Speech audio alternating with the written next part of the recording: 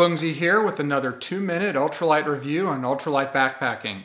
Starting with this video, I will be doing a multi-part series on water filters. I'm thinking 4, but we'll see.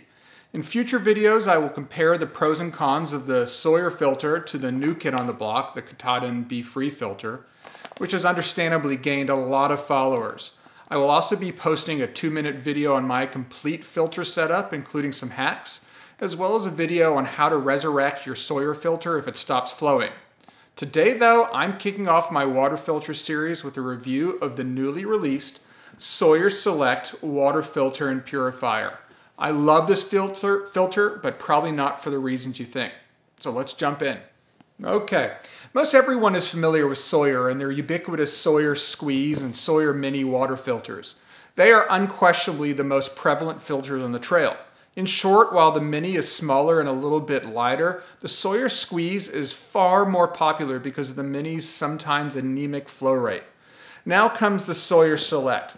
There are 3 versions of this. They combine a redesigned hollow fiber filter with a thick rubber bottle filled wall to wall with sponge. You forcibly swish the water back and forth like this for 10 seconds before you then turn it over and squeeze the water through the nozzle.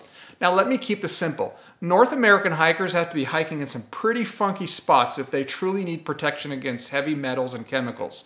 So I would say you don't need this product, but look how tiny and cute this little filter is. They call it the microfilter.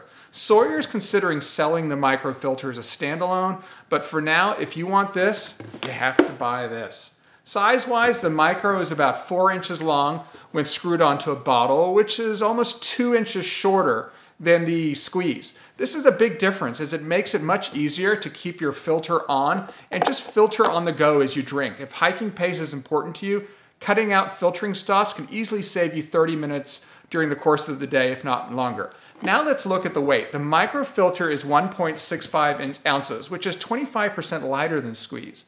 As for flow rate, at worst, they're the same. Now I'm comparing an older squeeze to a newer micro, but my micro's flow rate is noticeably faster than the squeeze, which kind of makes sense because the micro is shorter, there's simply less fiber for the water to pass through.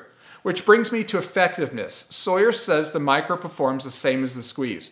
So if you are in the market for a new Sawyer filter, go with the Sawyer Select and put the foam and rubber bottle into storage. Time's up. I hope I gave you something to think about. As I mentioned earlier, be sure to check out the rest of my water filter series as it is released. Subscribe to my channel by clicking on the itty bitty Bungzy logo in the bottom right hand corner of this video, and I'll catch you on my next ultralight review on ultralight backpacking. See ya.